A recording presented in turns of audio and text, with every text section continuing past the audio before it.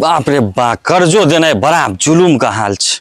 अजय के दिलिए 10,000 टका, 3 साल भ गेलै। अजय छौ? हाँ मिश्रा जी। की भेलै ओ वाला पाई नहीं पहुंचल हक? यो मिश्रा जी की कहू, हमर कन्या हॉस्पिटल में छै। हॉस्पिटल में? नहीं नहीं ठीक छै कोनो बात नहीं, हम बादे में आबि जायब। आबै छियै बाद में। जाइ छियै आब तऽ 10-15 दिन भ गेलै, आब कन्या आबि गेल हेतै एकर हॉस्पिटल से। आब मांगि लै छियै, आब दऽ देतै।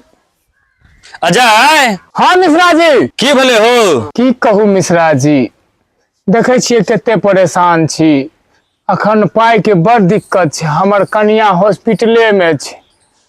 आ सच पूछू अहाँ के पाई हम थोड़ी पचा लेब, देबे करब, हॉस्पिटल में छै। सही में बड़ कष्ट में छै, बड़ दिक्कत छै एकरा।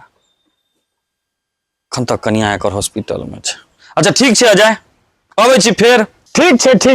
बड़ परेशानी छै, कर्जो देनाइ बड़ा मुश्किल छै। आहा मिश्रा जी कत्ता यो, कत्ता घूमे छी यो भैया की कहू, बड़ा समस्या है। समस्या? केहन समस्या यो मिश्रा जी? अजय के 10,000 टका देने रहिए, 3 साल भ गेले। 3 साल? हाँ भैया 3 साल। आ जहिया ओकरा घर पर गेलिए हाँ, तहिया अजय हमरा एतबी कहलक हाँ। की कहलक? जे हमर कन्या हॉस्पिटल में। बेसी मोन तोन खराब रहे छै ओकर परिवार के।